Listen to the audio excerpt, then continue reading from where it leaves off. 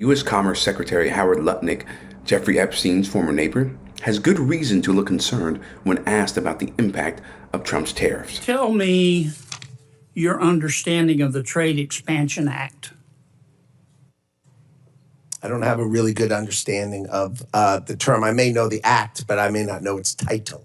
You're not familiar with the Trade Expansion Act of 1962 that gives the president almost unlimited authority to impose tariffs so long as you conduct an investigation? You don't know about that? Oh, my 232s, of course I do. Okay. Sorry, I just didn't know the title of the plan, Yeah. but of course I know. Why didn't you advise the White House instead of proceeding under other statutes? Why didn't you advise the White House to proceed under the Trade Expansion Act? The president chose IEEPA because he could do it swiftly and he could do it sweeping in order to address the underlying problems that had created the $1.2 trillion trade deficit that was haunting the United States of America. Have you read the opinion in VOS selections, VUS? I have. What role does the major questions doctrine play in that decision? I am not a lawyer, so I can't speak to it with that kind of precision. That's a litigation that's under current investigation. Are you familiar with the major questions doctrine? Not offhand, but I did, of course, read the decision. Well, about 3/4 of the opinion is on the major questions doctrine. Again, I tend to not know the title. I know the topic and the details of it, but I tend not to focus on titles. Sorry. You grilled Commerce Secretary Lutnick about what seemed to be some ideological inconsistencies as to why this administration is doing these tariffs, reciprocal and the like. Talk to us about that moment and whether, frankly, you have faith in the Commerce Secretary's ability to lead the president's tariff plan. It's clear that President Trump listens to Secretary Lutnick. So I spent the time I had trying to figure out where he's coming from. And I don't understand. I asked him point blank. I mean, my vision of reciprocity, which I think is a good thing, is to lower tariffs, if you can, to zero on both sides. And let there be a free exchange of goods and services. May the best product and the best service win. And I thought that's where Secretary Lutnick was going. But I asked him yesterday if Vietnam, for example, removed every tariff and every trade barrier, none, zero results, nada, would we remove ours? And he said, no, that would be silly. So the obvious question is, who's on first? What's on second? Why are we having these trade talks? And I don't understand based on his answers. I'm going to try to have a conversation with him. That same uncertainty is clearly reflected in the markets. Business leaders aren't sure where this is going. Foreign governments aren't sure where this is going. What is can you get a sense as what is the point of these tariffs? Are they creating more chaos and harm than any revenue they may be bringing in? Well, I know what the point is for me. It's reciprocity.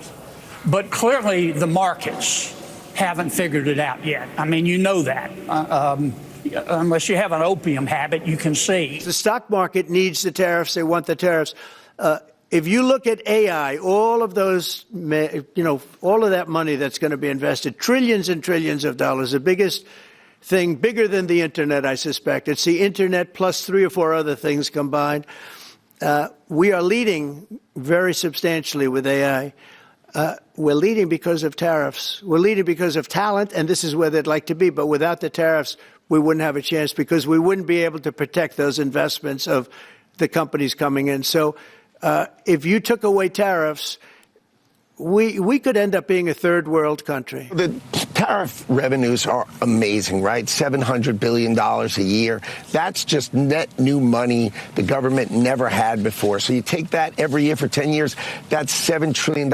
And then what they're not counting is the way the president is smashing open these markets. You got every market, right? Japan, Indonesia, Vietnam, you name the deal he does, and he opens that market. That's going to have export growth, right? Never before has our ag and our industrials actually had access to these markets.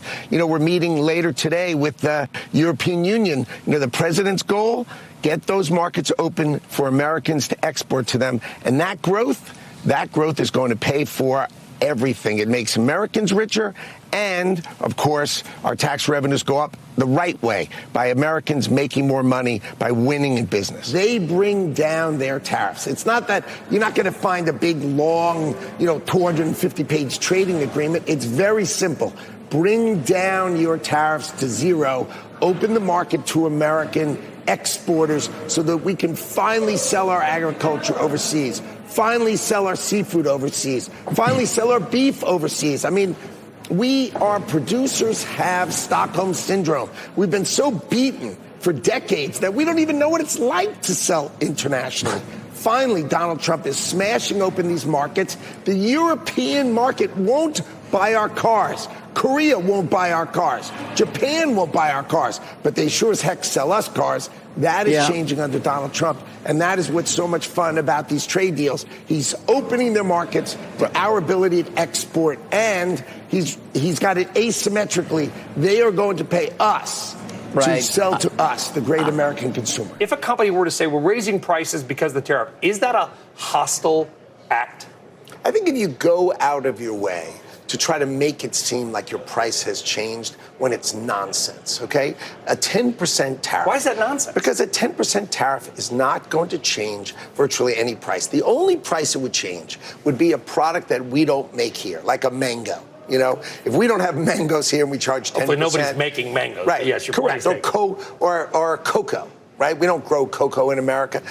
But what you're going to see is you're going to see us relentlessly do trade deals everywhere in the world. And when we do a trade deal with that country, we're going to say cocoa does not have a tariff. Right? Because this is the smart way that Donald Trump is doing it. He understands if you make a deal with a country and you give them the parts that they want and they need, they're going to open their market. Let us sell soybeans there. Let us sell, people won't let us sell chicken. They won't let us sell beef. It's all nonsense. Lutnick might seem to be all in on Trump's tariffs in interviews like this, but even he knows it's unlikely the courts will let them stand. In fact, he knows it so well that his old firm is literally betting against them. Lutnick used to run the investment bank Cantor Fitzgerald. Then he stepped down to take his role as Trump's Commerce Secretary. But the company, now run by his sons, is offering clients a way to cash in if the tariffs get struck down. If courts eventually rule Trump's tariffs are unlawful, companies that paid import duties could apply for refunds. In a letter seen by Wired, a Cantor Fitzgerald representative explained that the firm would trade the rights to those refunds for just 20 to 30% of what companies paid, meaning Cantor could pocket 70 to 80% profit if the tariffs collapse in court. Now, these kinds of law-dependent trades aren't unusual in finance. What is unusual is the Lutnick connection. Publicly, he's been calling tariffs a huge win for the U.S. economy and trying to convince everyone that things are totally above board. Privately, though, his family's firm is setting itself up to make a killing if the whole thing falls apart. You know what's so annoying about this? Our country's political system is just another way for the ultra-wealthy to make even more money and consolidate even more power amongst themselves, which then in turn affects hundreds of millions of people in the U.S. and billions of people abroad in a detrimental way. The only people who are benefiting from this, right, in our political system are the rich and the wealthy, the 1%. It's a huge divide between the haves and the have-nots. And that's not what should be happening, okay? It should be about the greater good for humanity, the greater good for that common man and common woman, all right?